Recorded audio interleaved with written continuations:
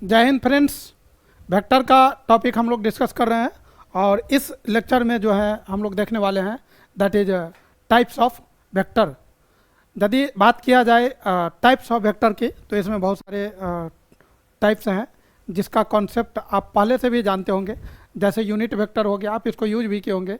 Unit vector हो गया, parallel vector हो गया, कोप्लेनर वेक्टर हो गया, नॉन पैरेलल हुआ, कोलिनियर वेक्टर हो गया।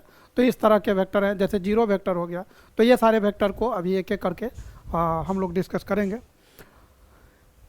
तो इसमें यदि सबसे पहले बात किया जाए टाइप्स ऑफ वेक्टर, और चूंकि ये टॉपिक पढ़ना है तो इस टॉपिक में कितने तरह के वेक्टर हैं तो आप यहाँ पर देख सकते हैं।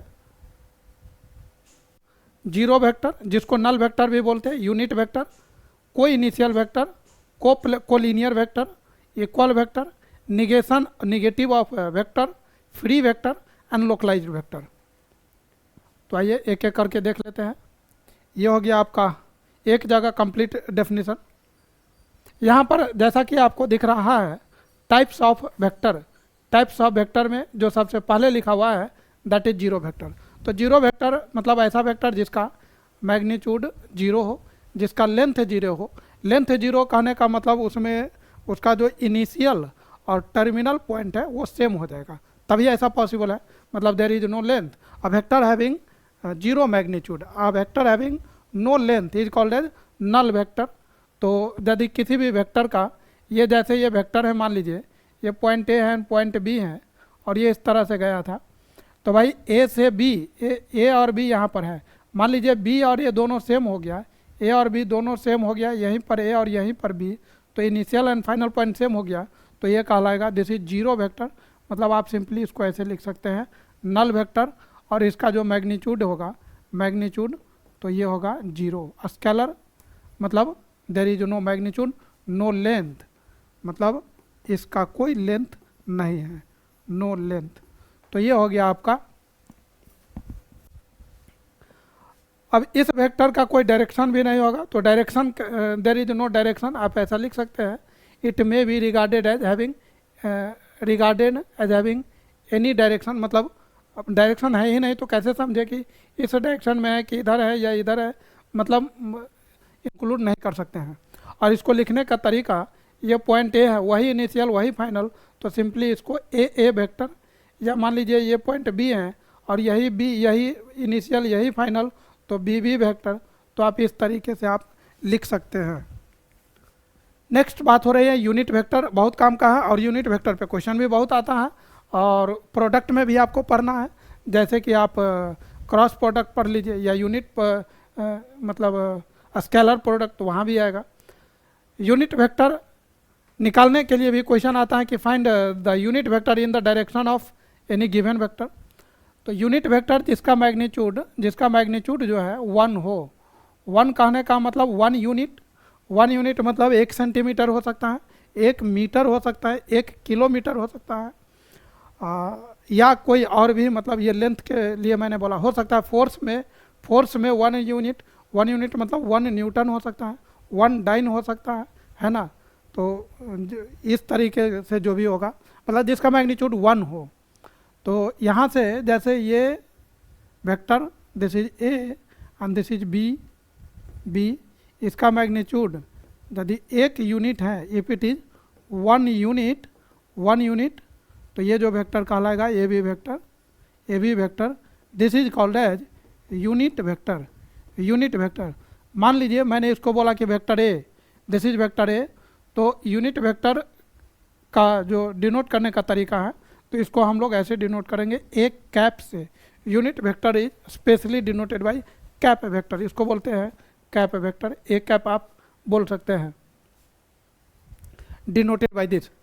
अब एक चीज़ बहुत ही इंपॉर्टेंट है इसमें, unit vector in the direction of any given vector A is given by, तो ये हो जाएगा A cap is equal to vector A, और इस वेक्टर को उसके मैग्नीट्यूड से डिवाइड कर दीजिए। किसी भी वेक्टर को उसी के मैग्नीट्यूड से आप डिवाइड कर दीजिए तो वो एक यूनिट वेक्टर होगा इन the direction of that vector. मान लीजिए ये यहाँ से यहाँ तक वन मतलब एक कोई वेक्टर रहा होगा, दिस इज वेक्टर ए, और हमसे बोल रहा है कि भाई आप एक यूनिट लेंथ का बनाइए, मतलब यूनिट वेक्टर इसी डायरेक्शन में। तो यूनिट वेक्टर मतलब 1 यूनिट लेंथ का। तो यहाँ से लेकर के सपोज ये एंड दिस इज, इसको हम लोग बोलेंगे, इसको बोलेंगे एक कैप। मान लीजिए इसका लंबाई सपोज जस्ट फॉर एग्जांपल कि ए का मैग्नीट्यूड यहाँ पर, मैग्नीट्यूड ऑफ ए जो है वो 10 यूनिट रहा होगा यहाँ से यहाँ तक। तो यहाँ पर जो मैग्नीट्यूड इसका होगा तो वो कितना रहा होगा, इसका मैग्नीट्यूड यदि देखा जाए तो ये 1 यूनिट रहा होगा। 1 कुछ भी हो सकता है, 1 मीटर हो सकता है, 1 किलोमीटर हो सकता है, 1 न्यूटन हो सकता है ना। तो ये बात हो गई यूनिट वेक्टर निकालने का। ये फार्मूला भी बन गया, this is the formula, this is important. आप इस तरीके इस फार्मूला का यूज करके क्वेश्चन बना सकते हैं। कोई इनिशियल मतलब हुआ इनिशियल पॉइंट। कोई इनिशियल मतलब जो एक ही पॉइंट से ओरिजिनेट होता हो, इनिशिएट स्टार्ट होता हो। जैसे ये लीजिए आप, ये एक ही पॉइंट से, जैसे ये वेक्टर ओ है, ये मैंने ए बना दिया, ये बी बना दिया, ये सी बनाया, मतलब O A vector, O B vector and O C vector जो है आपको, दिस इज कोई इनिशियल वेक्टर। और यदि कोई इनिशियल वेक्टर है तो भाई एक को टर्मिनस भी होना चाहिए। ये तो कोई इनिशियल को लीनियर है, को टर्मिनस एक वेक्टर होता है। को टर्मिनस मतलब जिसका and point terminal point same हो। को टर्मिनस वेक्टर्स जो एक ही पॉइंट पर आकर के मिल रहा हो। जैसे ये मान लीजिए वेक्टर ए है, this is vector B, this is vector B and this is vector C. तो जिसका टर्मिनल पॉइंट सेम हो, 2 और more vector having same terminal point, then this is called as coterminus vector. And 2 और more vector having same initial point, then this is called as को initial vector. Collinear vector, भाई collinear vector जो parallel हो। जैसे मान लीजिए ये कोई वेक्टर है, this is vector A, let's say vector A, this is vector B.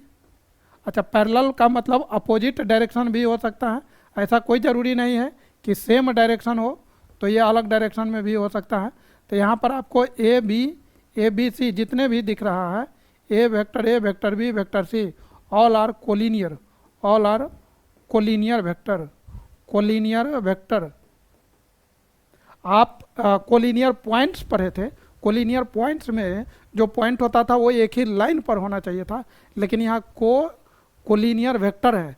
तो वेक्टर ऐसा नहीं है कि इसको इसी पर कॉन्साइड करना चाहिए, वो कहीं भी हो, बट वो सेम मतलब पैरेलल में होना चाहिए। या तो अपोजिट डायरेक्शन से भी मतलब नहीं है, किसी भी डायरेक्शन में हो, या तो सेम डायरेक्शन हो या opposite direction, but if these are parallel then this is called as collinear vector. I hope आप समझ रहे होंगे। इक्वल वेक्टर होने के लिए मैग्नीट्यूड एंड डायरेक्शन दोनों सेम होना चाहिए। इफ वेक्टर ए का मैग्नीट्यूड और बी दोनों का मैग्नीट्यूड सेम है, एंड हैविंग सेम डायरेक्शन,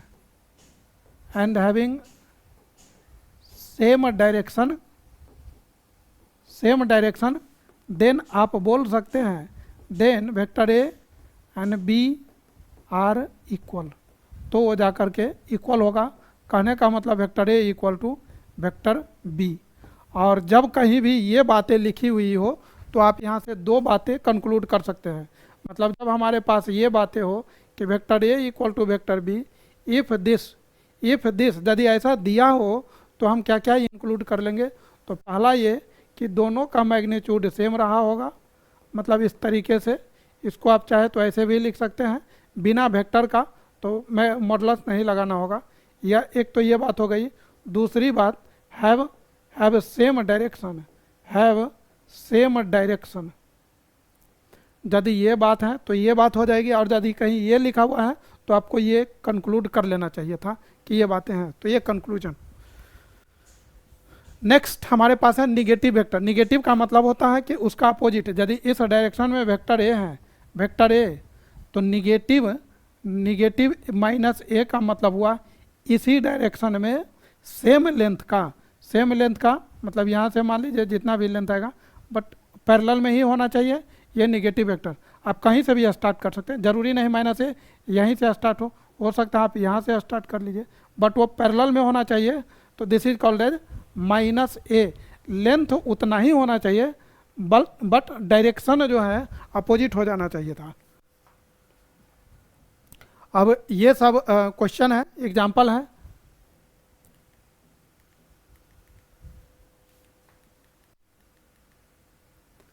तो ये मैंने बताया कि मतलब निगेटिव वेक्टर के टाइप्स बताना था, तो इस लेक्चर में मैंने वेक्टर को बताया और इसका अगला लेक्चर जो है उसमें हम लोग प्रॉब्लम को डिस्कस करेंगे।